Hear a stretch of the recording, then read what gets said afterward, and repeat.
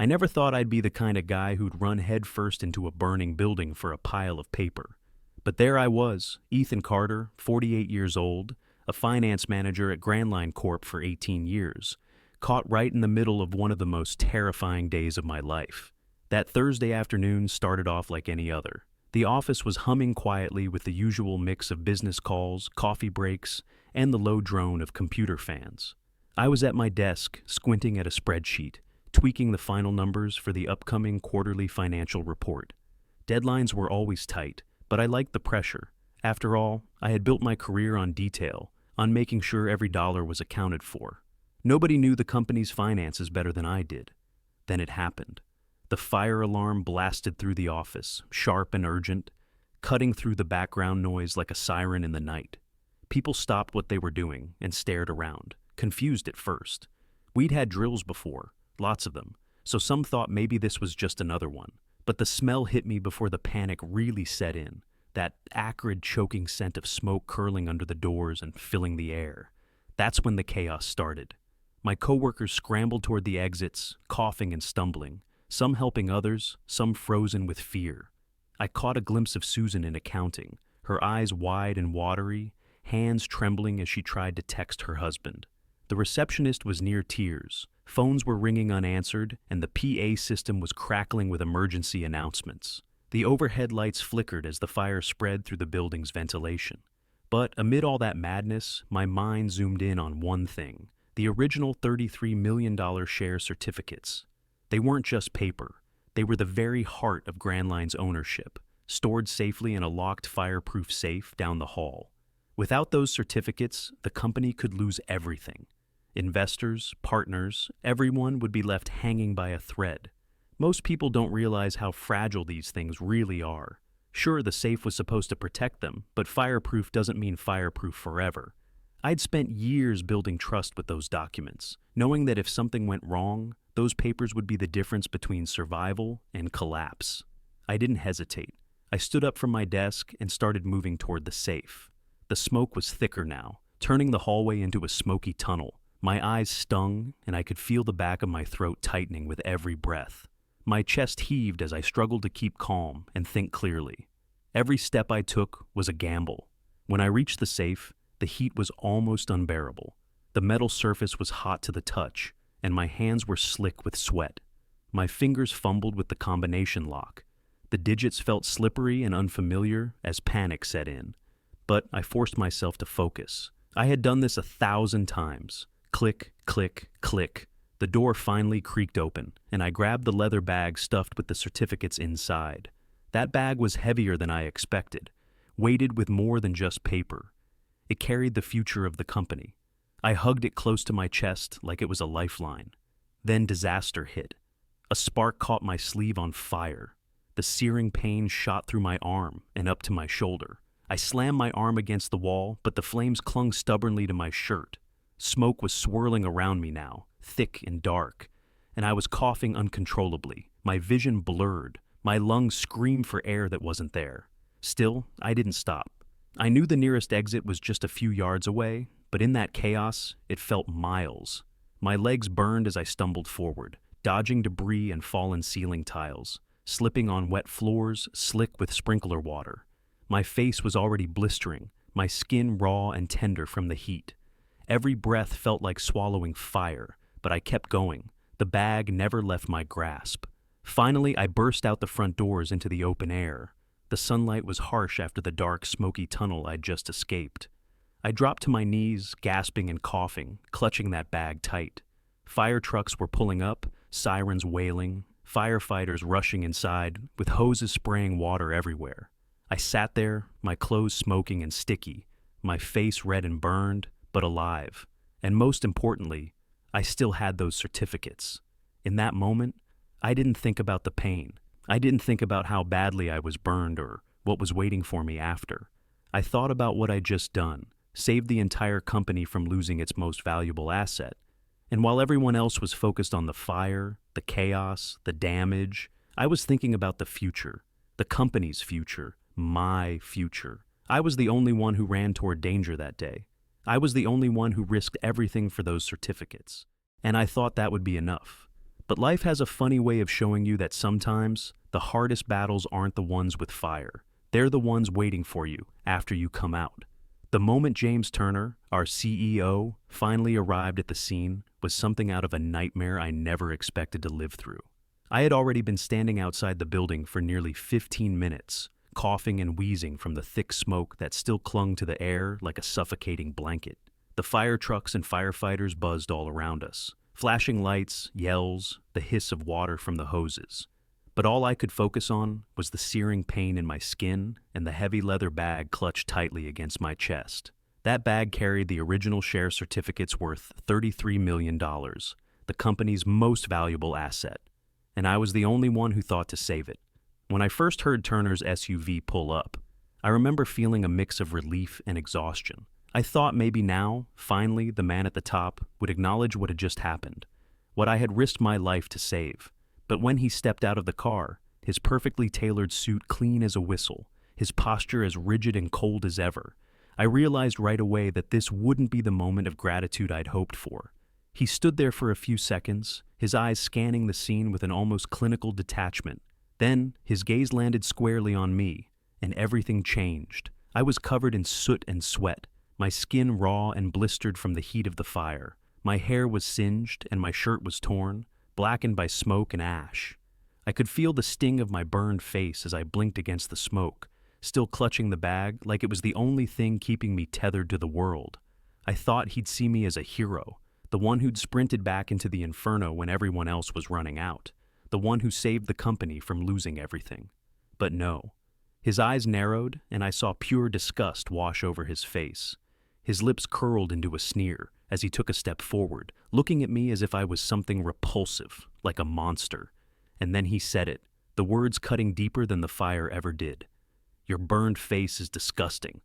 The word echoed in my ears, louder than the sirens and shouts around us. Disgusting. Not brave, not heroic, just disgusting. Like I was some kind of freak to be hidden away. Not a man who'd saved the company's multi-million-dollar future.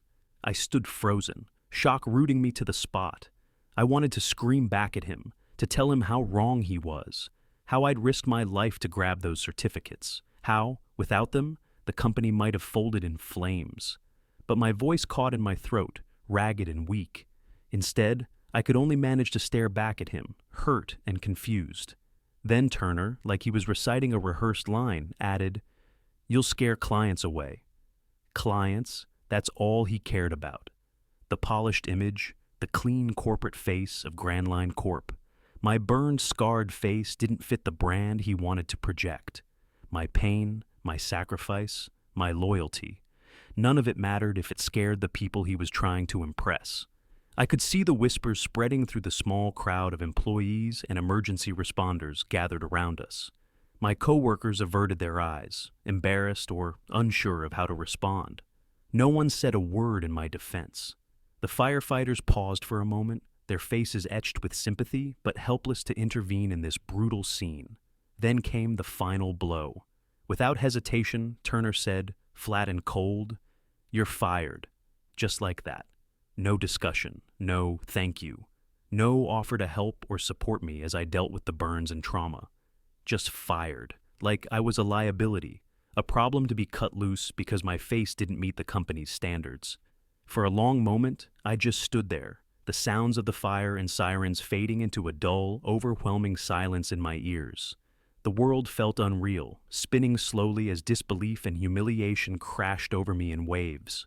I wanted to ask him why. Why, after 17 years of dedication, after saving this company's most precious assets, this was how he repaid me. But the words wouldn't come. My throat was tight, my heart pounding. I finally forced out a quiet, shaky question. Why? He didn't even look at me as he replied. His eyes were already scanning the crowd, disinterested. Clients won't want to see that face. That phrase hit me harder than any flame. Not, "Thank you." Not, "You're lucky to be alive." Just cold dismissal based on my appearance. It was like the years of hard work, the late nights, the countless times I stayed behind to troubleshoot and save the company money. None of it counted because of how I looked now. I felt a deep, hollow ache settle in my chest. Betrayal, hurt, anger, shame. I wanted to scream, to cry, to shake him until he understood what he'd just done. But all I could do was nod, swallow the lump in my throat, and turn away. With every step I took through the smoky haze, the weight of his words pressed down harder. I was walking away from everything I'd known, everything I'd built. But something else was stirring inside me, a fierce, burning resolve. Turner thought this was the end of my story, that he could erase me with one cruel sentence. But he didn't know what I was carrying in that bag. He didn't know what I was capable of. As I walked down the street, my face swollen and burning, my clothes still smelling of smoke, I made a silent promise to myself. I would prove him wrong. I would show them all that the real strength, the real value, wasn't in a polished face or a fancy suit. It was in the courage to stand up when everything was on fire, and in the quiet power of the truth I was about to reveal. That day, my burned face wasn't a mark of shame. It was the beginning of a fight I was ready to win. As I stepped out of the smoky wreckage and into the cool evening air, the overwhelming rush of adrenaline that had fueled me only minutes before began to ebb, replaced by a heavy weight. Not just the physical burden of the worn leather bag hanging from my shoulder, but the immense responsibility nestled inside it. That bag held more than just company property. It held the lifeblood of Grandline Corp. The original $33 million share certificates, the irreplaceable proof of ownership and value that backed everything the company was built on, were tucked safely within, protected against the heat, the smoke, and the chaos.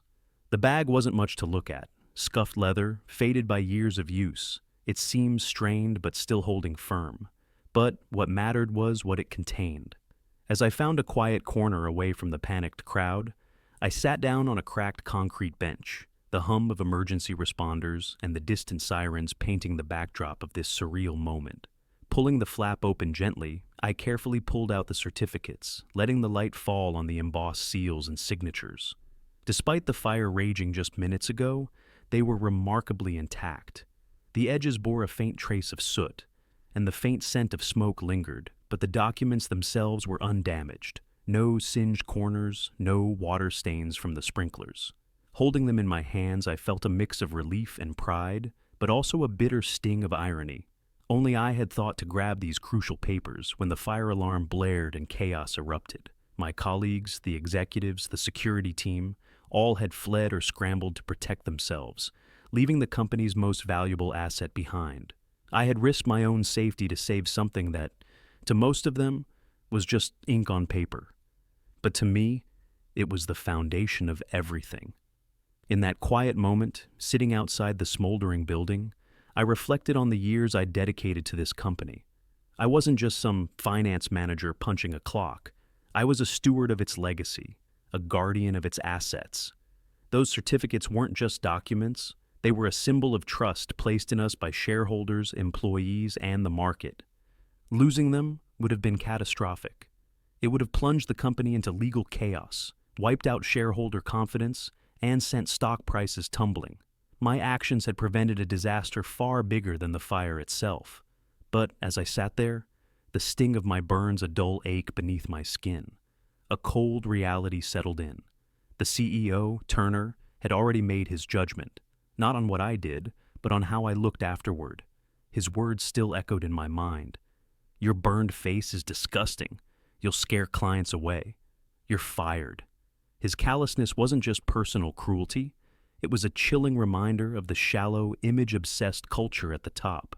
Here I was, the only person who saved the company's most valuable asset, and yet I was cast aside like trash because of scars he couldn't ignore. More than that, I wondered if there was something darker at play. I'd noticed Turner's obsession with appearances for months, how he pushed for flashy presentations, carefully choreographed client meetings, and ruthless cost-cutting on safety measures. The fire had seemed almost too convenient. Fire drills were skipped, emergency equipment was outdated and neglected, and warnings I'd quietly raised had gone unanswered. Now I suspected that this was more than an accident. It was a reckless gamble, a risk taken to cover up something else entirely. And that's when the deeper truth hit me. Turner's reaction wasn't just about the fire or my burns. It was about control, about silencing the one person who had undeniable proof that the company's future was still intact, proof that he wanted to keep hidden. By firing me, he thought he could erase my role in saving the company, and with it, hide his own negligence and failure as a leader. But he was dead wrong. Sitting there, clutching the leather bag tightly, I realized that these certificates were my leverage, the key to exposing the truth. They weren't just a lifeline for the company, they were a weapon against the very people who sought to bury the facts and cover their tracks. The weight of those papers felt heavier now, not just because of their value, but because they represented everything I had to lose, and everything I was prepared to fight for. I looked up at the darkening sky, the smoke still rising from the building behind me, like a ghostly reminder of what almost happened. The crowd was already thinning, the emergency crews packing up, and the media starting to whisper rumors about the cause of the fire. But I wasn't finished. This wasn't just a story about a man with a burned face or a fire that threatened a company's future. It was about truth, justice, and the price of loyalty. With slow, steady breaths, I closed the bag, securing the certificates once more. I stood up, pain and pride mingling in my chest. My face was burned, my body aching, but my mind was sharp, focused. I was ready for whatever came next. I wasn't just a victim of Turner's cruelty. I was a man who held the truth in his hands, and I wasn't about to let it slip away. As I walked away from the smoldering ruins, the city lights flickering in the distance, I felt a quiet resolve settle over me. This bag wasn't just my burden, it was my power, and I intended to use it. After the initial shock of my firing had worn off, the cold sting of Turner's words, the burn on my skin, and the hollow ache where gratitude should have been, I found myself standing alone in my modest apartment, staring down at the leather bag that held Grand Line's lifeline, the original $33 million share certificates. The weight of that bag wasn't just physical, it was symbolic, a burden and a weapon all at once. I didn't know what the future held, but I knew one thing with absolute clarity. I wasn't going to let Turner's callousness bury everything I'd fought for over the last 15 years. He might have thought his words and his decision would silence me, but I had something far more powerful than his rage or the pain on my face. I had truth, and I had time. Over the next several weeks, I dove headfirst into a private investigation of sorts. I transformed my apartment into a command center, piles of documents spread across every surface, my laptop humming as I cross-referenced digital records, my phone notes stacked with snippets of overheard conversations and whispers from colleagues too scared to speak openly. The glow from the desk lamp late into the night was the only light I needed, illuminating the path I was carving toward justice. The first step was to gather evidence of Turner's gross negligence, the root cause of the fire, and the disaster it nearly caused. I sifted through every email I had sent to the safety department, every maintenance request that was ignored or delayed, every memo I'd written warning about fire hazards. There were dozens of those, smoke alarms that hadn't been tested in over a year, fire extinguishers that were expired, blocked emergency exits that had been reported but never cleared. Turner's relentless cost-cutting had been a direct threat to our safety, but no one had the guts to confront him. Until now. With painstaking detail, I assembled the documents that proved this wasn't just incompetence, it was willful neglect. The maintenance logs, or rather the suspicious lack of them, told their own story. I tracked the dates when safety checks were skipped, the contractors who never showed up, and the budget meetings where Turner slashed funds for critical equipment in favor of short-term gains. Every spreadsheet, every invoice, every email thread became a brick in the case I was building. But it didn't stop there. I dug deeper into the company's financial records, the spending patterns, the vendor relationships, the contracts signed without bids or oversight. I uncovered a trail of suspicious payments to shell companies, questionable reimbursements, and vague consulting fees that raised more red flags than I cared to imagine. Turner's obsession with control and power had blinded him to the risks piling up beneath his feet, risks I was now documenting meticulously. Throughout this process, I kept the certificates close, not just physically in my bag, but mentally as a reminder of the stakes. Those pieces of paper weren't just legal documents. They represented the very heart of Grand Line Corp's value.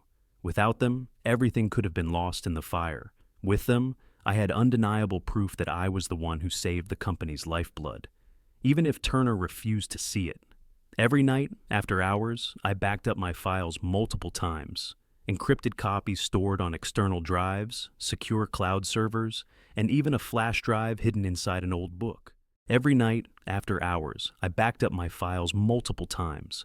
Encrypted copies stored on external drives, secure cloud servers, and even a flash drive hidden inside an old book. I knew Turner wouldn't stop at firing me. If he found out I was gathering evidence against him, he'd try to silence me completely. I had to be ready for anything. I also reached out quietly to a few trusted colleagues and former allies within the company. People I knew still cared about Grand Line and weren't afraid to speak the truth when the time was right. We met in coffee shops or spoke on secure lines, exchanging information and ideas without raising suspicion. It was a slow process, a delicate dance of trust and caution, but it gave me hope. At home, I avoided mirrors and public places as much as possible.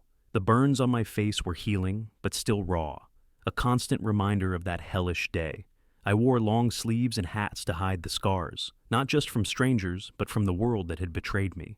It was a lonely time, but I told myself the scars would fade. The truth I was uncovering would not. I resisted the urge to lash out on social media or confront Turner publicly. Instead, I focused on building my case with cold, hard facts. I wanted the board to see, beyond any doubt, who had put the company at risk and who had risked everything to save it. I imagined the day I would walk into that boardroom, not as the disgraced finance manager with a burned face, but as the man holding the keys to their salvation, the man who had saved their $33 million. Until then, I stayed quiet, patient, and relentless, because I knew the truth wasn't just about me. It was about saving Grand Line's future. The day of the board meeting was the most important day of my life since that fire. I woke up before dawn, my mind racing with every piece of evidence I had collected, every email, every document, every conversation. I felt the weight of responsibility settling on my shoulders, not just to prove my own worth, but to protect Grand Line Corp and everyone who depended on it. When I arrived at the company's headquarters, Robert Chen, the board member who had quietly stood by me from the beginning, greeted me in the lobby. His calm demeanor was a quiet reassurance in the storm of emotions swirling inside me. "You've done the hard work, Ethan," he said quietly. "They're ready to hear the truth today." Walking into the boardroom, I could feel dozens of eyes piercing me from every corner. The room was sleek, intimidating. Glass walls, polished oak tables, and the sharp suits of the executives who had once ignored me, who had looked past the man with the burned face to see only liability. Among them sat Turner, the CEO, with his usual arrogant smirk, confident that no one would dare challenge him. I set up my laptop, the projector casting a cold blue light across the room. As the first images appeared on the screen, grainy security footage of the fire's first moments, conversations ceased. The footage showed a slow-burning spark in a neglected electrical panel, the smoke creeping unnoticed as alarms failed to sound. I saw the confusion on employees' faces, the chaos that could have turned into disaster. This, I began, voice steady but firm, was not a simple accident or unforeseeable tragedy. It was the direct result of systemic negligence. I clicked through slides showing emails and memos where maintenance requests were repeatedly ignored or delayed. The safety team's repeated warnings about outdated fire suppression systems were buried in the CEO's inbox, unanswered. A few board members exchanged uneasy glances as I exposed the CEO's budget cuts to safety protocols, an effort to save costs that put lives and assets at risk. I detailed how the vendor contracts Turner approved for building maintenance were awarded to companies with little to no actual services, linked to shell corporations connected to his inner circle. I revealed how millions were diverted under the guise of consulting fees, siphoning off the money meant to protect the company. The room was silent, the weight of the evidence sinking in. Then came the moment I knew would shift everything. I reached into my worn leather bag and pulled out the original share certificates, the physical proof of the company's value, its very foundation. The documents were untouched by fire, perfectly preserved. I placed them gently on the table, their crisp edges almost glowing under the boardroom lights. "You see these?" I said, meeting the eyes of every executive in that room. Without these certificates, Grand Line Corp would have faced a financial catastrophe. These represent the trust of thousands of investors, the backbone of this company's legacy. And I'm the only one who saved them. Whispers erupted around the room. I could see Turner's face pale, his smirk vanishing as reality hit. Board members started firing questions at me, some skeptical, others incredulous. How did you manage to rescue these documents during the fire? Why was the CEO not held accountable for these safety oversights before now? Were others aware of these issues but stayed silent? I answered every question honestly and calmly, recounting how my years of experience gave me an intimate knowledge of the building's layout and where these critical documents were kept. I told them about how Turner's obsession with appearances and quarterly profits had blinded him to the fundamental responsibility of protecting the company and its people. I exposed how countless safety warnings were ignored, swept under the rug to maintain a facade of corporate success. One of the younger board members leaned forward, voice shaking. "Why didn't you come forward sooner, Ethan?" I looked around, my voice steady but filled with conviction. Because no one would have listened. I was just the finance manager, burned and dismissed. But I had to be sure. I gathered evidence meticulously. I wanted to protect the company, but also to make sure the truth was undeniable. As I finished, a heavy silence fell. Then Robert Chen, the board member who had championed my cause, stood and addressed the room. "The evidence here is clear. We cannot allow negligence at this level to threaten our company's future. Effective immediately, Mr. Turner is suspended pending a full independent investigation." The executives began murmuring, the tension palpable. Turner's face was a mix of anger and disbelief. I caught his eye for a moment. No words passed between us, but I could feel the shift, power moving away from him and toward the truth. As the meeting concluded, I felt a complex mix of relief and sorrow. I'd done what I set out to do. I'd exposed the truth and protected Grand Line Corp. But the scars I bore, both physical and emotional, were a constant reminder of the cost. I wasn't just fighting for justice. I was fighting for a second chance. That day marked the beginning of a new chapter, not just for the company, but for me. The battle wasn't over, but hope, for the first time in months, felt real. After the board suspended the CEO and launched a full investigation, everything changed.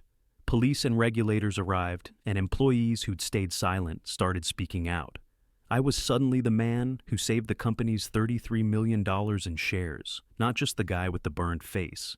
The company lawyer assured me I'd be protected, and soon the board offered me a senior leadership role to help rebuild security and trust. Sitting across from the new interim CEO, I felt proud despite my scars. What started as a painful rejection turned into a chance to lead and protect the company I saved. Walking back into the office, I knew I was stronger, scarred, but unbroken.